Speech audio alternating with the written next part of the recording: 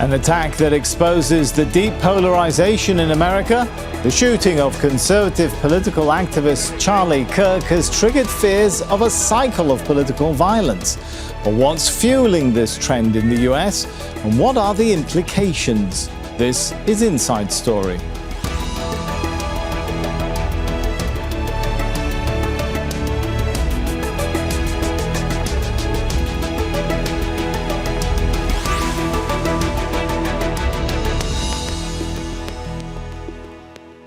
Hello and welcome to the show. I'm Sami Zeidan.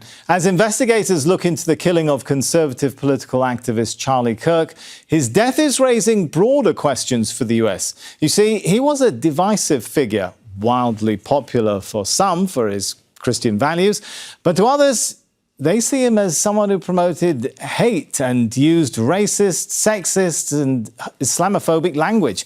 Well, Kirk supported President Donald Trump, lobbying young people and promoting his Make America Great Again campaign. His killing is one of 150 politically motivated attacks recorded in the US this year, a sharp increase on previous years. What's feeding this trend? What does it mean for the future of the US? We'll put these questions to our guests. But first, this report from Imogen Kimber.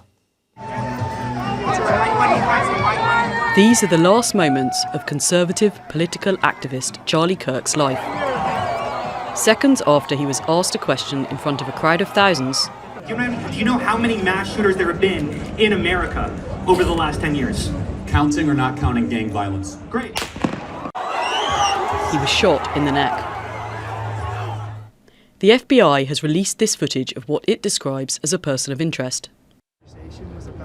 Across the US, people mourned Kirk with prayers and vigils. To testify of your goodness, Jesus. The first things of the Constitution is freedom for life, freedom of speech, freedom of religion, and both of those were taken from Charlie today. He founded the conservative political advocacy group Turning Point, which lobbied students on university and college campuses. He also gained recognition as a podcast host and author. In 2020, Kirk wrote The MAGA Doctrine about US President Donald Trump's Make America Great Again campaign.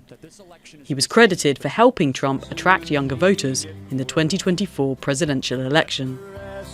Charlie was a patriot. He fought for liberty, democracy, justice, and the American people. He's a martyr for truth and freedom.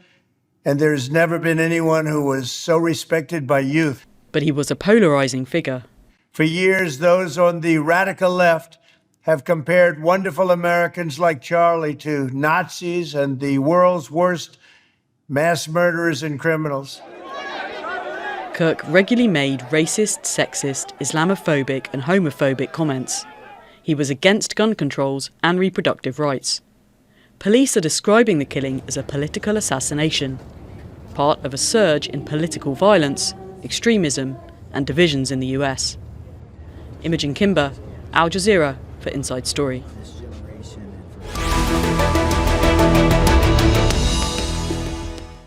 Well, let's bring our guests into the show. Joining us from Washington, D.C. is Eric Ham, a US political analyst and author. In Dubai, Greg Swenson, a political commentator and chairman of Republicans Overseas UK. And in Nashville, Tennessee, Richard Schoeberl, a former FBI agent and counterterrorism specialist. Welcome to you all. If I could start with Greg. So, Greg, the US president vowing he's going to pursue organizations which support and fund political violence. Is the killing of Charlie Kirk a turning point in the US? It's really difficult to predict, but I do think there's a great chance that things get better from here. I think that this is probably the beginning of a resurgence of free speech and open debate and honest dialogue, all of which Charlie was trying to promote for years now. It was a very difficult environment for free speech and open dialogue back, only 4 or 5 years ago, where, the cancel culture had overwhelmed universities and conservatives weren't allowed to speak or they were chased off the stage. And so I think he's made a lot. Thanks to Charlie, there's been a lot of progress, and not just Charlie, and thanks to Charlie and others, been a lot of progress. And I think there's been since this political assassination on Wednesday, I think I've heard a lot of recommitment to free speech. All right, let me bring Eric in. I can already see you shaking your head. Eric, what sort of policies should we expect from the Trump administration going forward in the aftermath of the killing of Charlie Kirk? Well, if this is a question of whether or not we're going to see a tamping down or a decrease in political violence, based on what we have seen so far, at least from the president, it doesn't appear as though that's going to happen. Already, he has condemned what he calls the radical left. And even before we know who the shooter is, or of course the shooter's motivations, there has been this attack on the left and blaming the left for this killing. But we have to remember there were 2 Democratic lawmakers that were targeted and killed earlier this year, as well as, of course, an arson attack and kidnapping attack on the Democratic governor of Pennsylvania. So clearly what we're seeing right now is neither party, neither political ideology has a monopoly on violence. This is something that is coursing through the country, and it's having an impact on both sides. And I think it's going to take both Democrats, Republicans, the right and the left to actually do more to actually tamp down on what we're already seeing in a rise in political violence across the country. Let me bring Richard in, as someone who's worked in counterterrorism. You've been an FBI agent. What do you make of those criticisms to the Trump administration that there's been a reprioritizing of, shall we say, security goals, whereby looking at domestic terrorism has taken something of a backseat to things like immigration and securing the border? In your experience, is that what you've seen? I certainly would agree with Eric's comments in regards to the rise in political violence. I mean, shifting our focus away from domestic extremism can put us at fault. One thing that's consistent in political assassinations is it creates a process of escalation, and it's going to encourage others on the outside of the extreme political spectrum to feel the need to retaliate against something like this. And as Eric pointed out, we've seen, over the course of the past year or so, we've seen 2 attempts on President Trump. We've seen Josh Shapiro, Democratic governor's house firebombed during Passover. We witnessed the killing of 2 Minnesota, one of them being a lawmaker and then her husband. So we're not immune to political violence. We've seen it, but it's usually been around a cause. There's really no cause here to bridge the gap between. But I think what we're going to see is an escalation. I mean, this is not the end, the assassination of Charlie Kirk. It's just going to be kind of the beginning. Perhaps it's a good time to bring Greg back into the discussion for perhaps another look at some of those statements. We heard the soundbite there of Donald Trump complaining about the radical left and the sort of references to Nazism, associating him or opponents like him with Nazism. Some might say, Greg, well, hasn't Donald Trump done exactly the same thing when in 2024 he referred to the Joe Biden administration as a Gestapo administration? He's referred to his opponents as vermin and so on. What's your take on that? Yeah, look, I think, people get in heated arguments and they, references to the Gestapo I never like to use because it's unfair to the people who actually suffered from the Gestapo. But, he did have a point. The Biden administration, during the lockdowns, during the censorship phase with not only during the Biden campaign with the 51 former intelligence officials scam, but also especially during lockdown when they were colluding with the social media companies. But look, I think Richard and Eric both have good points. I think it needs to be bipartisan. It needs to be dialed down. I think it's not necessarily fair to say that, Is the president doing that, though, do you think, Greg? Is he dialing it down with his latest comments? Look, the president is angry. I know he's the president, but he is also a close friend of Charlie's. And so it's okay to be upset at times like this. But look, Eric's right that the Democrats don't have a monopoly on political violence, but they surely have cornered the market. And I know that we had the incident in Minnesota. I'm not arguing that it's 100%, and remember, Governor Shapiro, that attack on his home was not because he was a Democrat. It's because he was pro-Israel and he's Jewish. And so that was an anti-Semitic act, which we've seen a lot of in the U.S. for the last several years, especially at universities. So, look, I know there's lots of problems. we can argue over, who's at fault. I think it's probably productive to just say, let's dial down political violence no matter who's committing it. All right, that's maybe a good point to talk about some stats and what the stats say at this point, because they do show a jump in political killings in the first half of 2025, 150 slayings. That's almost double the number in the same period of 2024. Let me take the question then to Richard and say, 2025 is a year that's proving particularly deadly. Is that how the curve seems to be going? Yeah, certainly. And a lot of this can be attributed to language and rhetoric because those certainly influence people's behavior. And I've seen it again and again in doing some of the studies that we do at the university, that we need to understand the context here, that when Trump pardoned everybody on January 6th, that escalated the left. And then the rhetoric goes back and forth between the two. And there's really, like I had said earlier, there's no bridge to cross here. There's no issues here. It's either you love this side or you hate this side. We've gone so far left and so far right that neither side can see the middle. And of course, social media drives that level of violence. Political leaders should be held to a little bit higher accountability on the rhetoric that they put out there on their social media accounts, particularly now that we've seen a lot of political activists out there right now cheering that Charlie Kirk has been dead. Political violence is not Richard, good. for our international viewers, why is that the case? What is the incentive in terms of internal dynamics in the US to make that kind of speech now much more, shall we say, attractive or efficient or useful for a politician? Well, I think the politicians on the left right now that are cheering the fact that Charlie Kirk was assassinated just further indoctrinates more of their followers, and it makes that type or that level of violence seem acceptable. It's almost like it's condoning it. It's almost saying that type of behavior is acceptable. Okay, Eric, do you agree with that take? Is the left finding, or some I should say, the left is a wide spectrum of people, and there have been a chorus of voices on the left that, of course, have condemned the killing of Charlie Kirk. But are some glorifying it or looking for ways to benefit from it politically?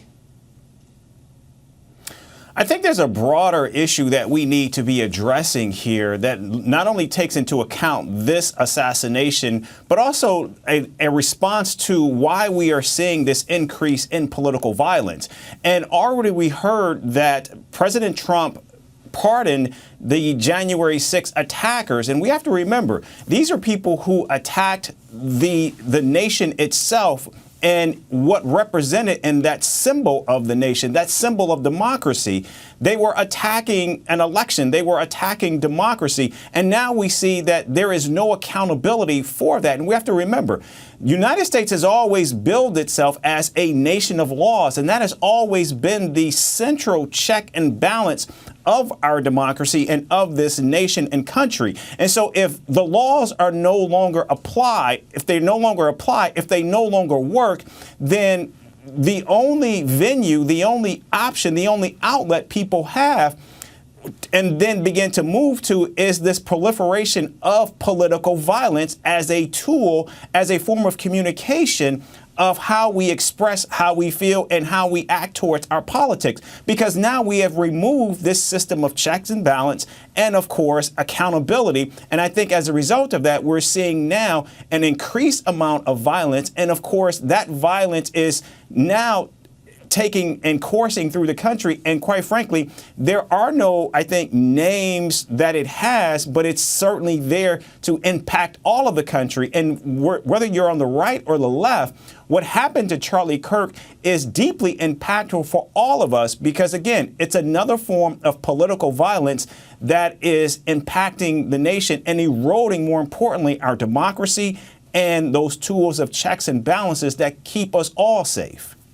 Talking about removing the checks and balances, it's not just an issue that starts with the attacks on Capitol Hill on January 6th, right, Greg? I mean, if you look back 1987, I think, the abolition of the fairness doctrine during the Reagan era, the idea that even the media can move towards more polarizing positions rather than the idea of having a balanced presentation of arguments. Do you think this is a trend that's been a long time in the making that is just, we're paying the price of now? Yeah, perhaps the 1987 ruling, there were some unintended consequences, which is that the conservatives would basically take over right-wing radio. That's just free market. And by the way, the Democrats have had NPR forever, and that's obviously the left-leaning talk radio, and also taxpayer funded. So I'm just not sure that we can point to 1987 as really the big mover. And I think we should also remember that, the summer of 2020 riots were, very unpleasant, to say the least. The so-called mostly peaceful protests, the physical damage that was done, the lives that were lost during those riots. So this has been a really difficult 4 or 5 years.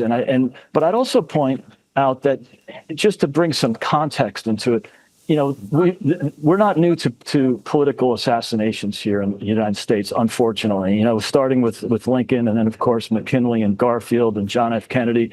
There's been 4 since the founding. The founding fathers really hated each other. If you look at the relationship between Adams, for example, and Thomas Jefferson, they had vitriol. The letters they wrote to each other were as bad or worse as what we see in the political discourse now. Now, the good news is they became friends over their final years. They didn't try to kill each other, at least, though, Greg, right? Well, actually, Aaron Burr actually did kill Alexander Hamilton. So, yeah, the political divisions were there, and they were violent in rhetoric, and they were violent in behavior. We had a civil war in this country, in the United States. Plenty of violence there. But going back to Hamilton, Aaron Burr, and Hamilton had a duel. As barbaric as that sounds, they rowed their boats across the Hudson River to New Jersey because apparently duels were illegal in New York. That's a good point that you make. I want to come back to that in a second. But before we go into that, I want to bring in another perhaps aspect to look at. And perhaps, Richard, with your expertise and background in law enforcement, do you see a link between, what the stats say is that undeniably there's a rise in politically driven violence going on. Is it linked, or is it correlated to the changing economic and demographic patterns that are playing out in the US as people find it harder to make ends meet, opinions harden to, actions harden to, as the predominantly white majority sees its position, its dominance position changing within US society, that it feels it's more uncertain about its future? Is there a correlation with what's going on there? I think many factors drive violence and crime. It's like, different ingredients in a chocolate cake. It's not the same ingredients for every situation.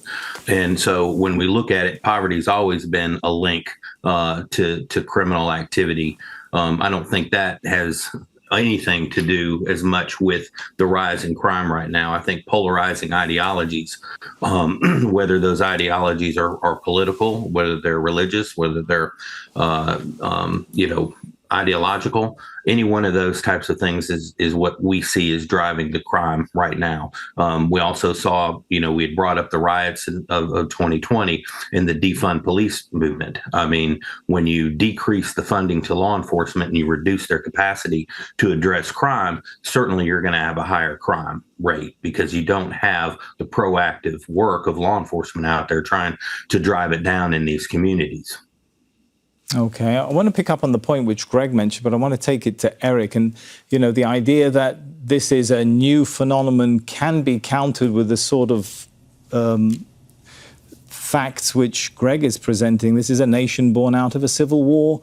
It's born out of a history that involved slavery, the massacring of native communities. Has there always been this sort of nerve, a violent nerve that perhaps wasn't so prominent in the last few decades because there was a consensus around the legitimacy of some of the state institutions? But as that starts to erode, are we seeing that nerve more exposed, Eric? That's a very good question. And I do believe that there is and there should be a level of evolution in terms of our politics, evolution in terms of our decorum.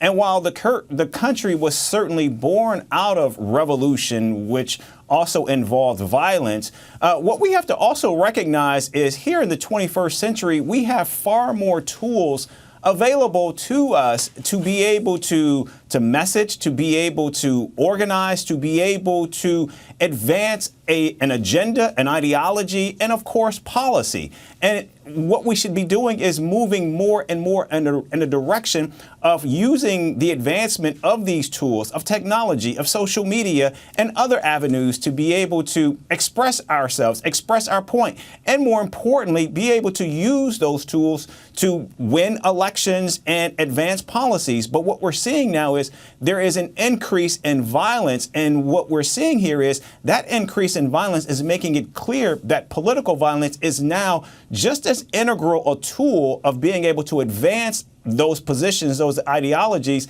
as it is the advancement of tools. And as Greg mentioned, you saw the framers who fought using the pen. Well, of course, we're always saying the pen is more mighty than the sword. But what we're seeing right now is that has actually turned on its head. And what we need to be asking ourselves is why, how do we get to a place where, as a nation, if we're going to continue to push this idea of advancement across the globe, then we need to be doing that here at home as well.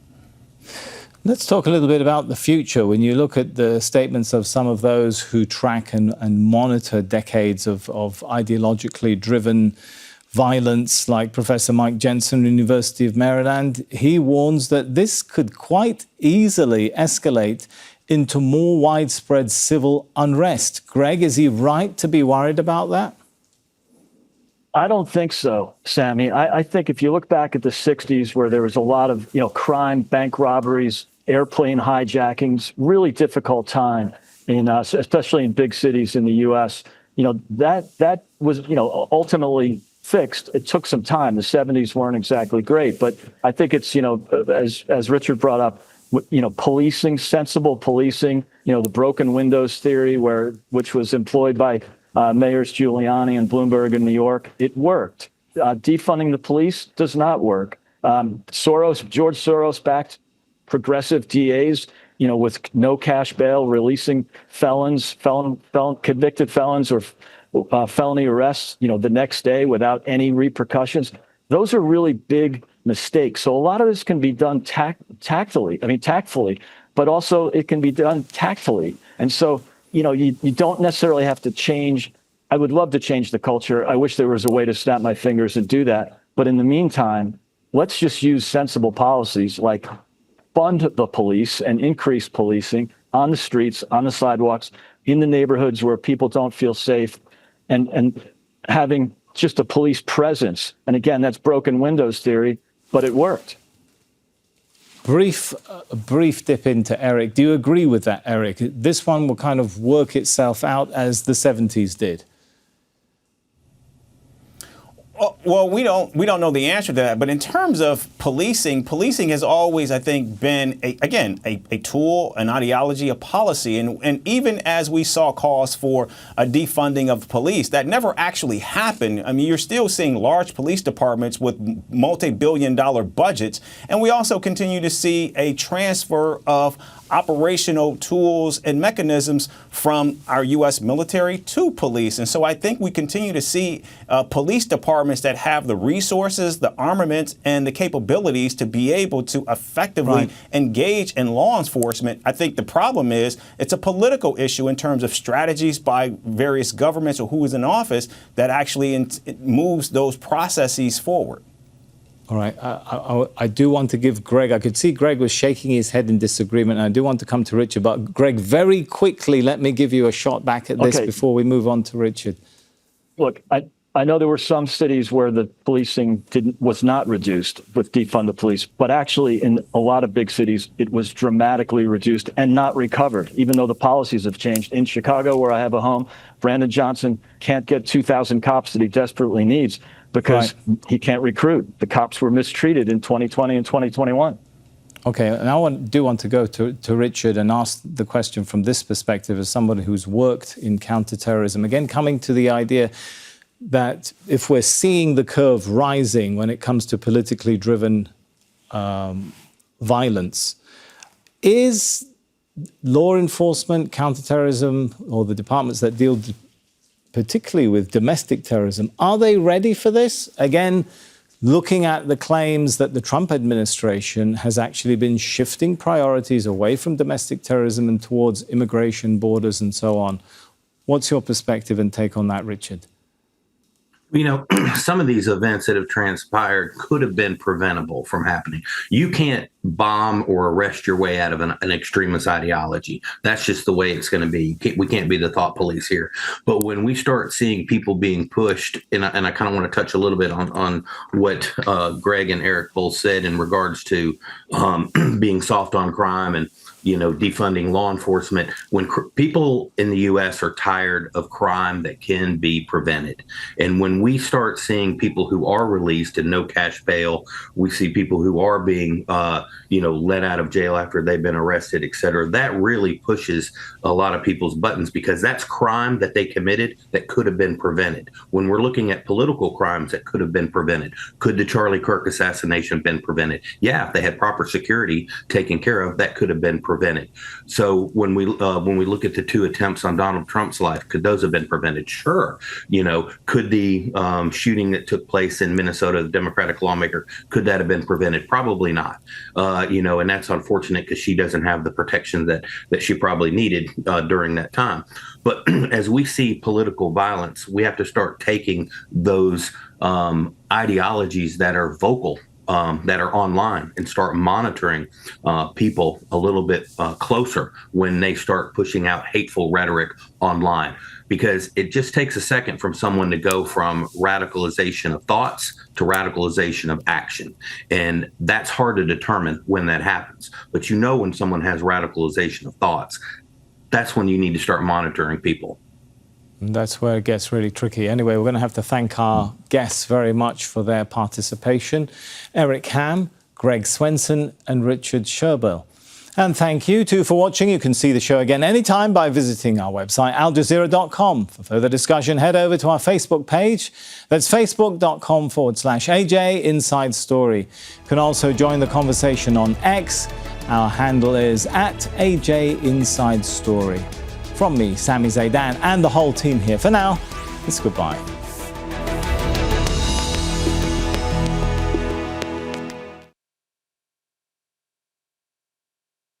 Don't miss out, get the full picture. Subscribe to Al Jazeera for reliable news and expert insights. Like, share, stay ahead.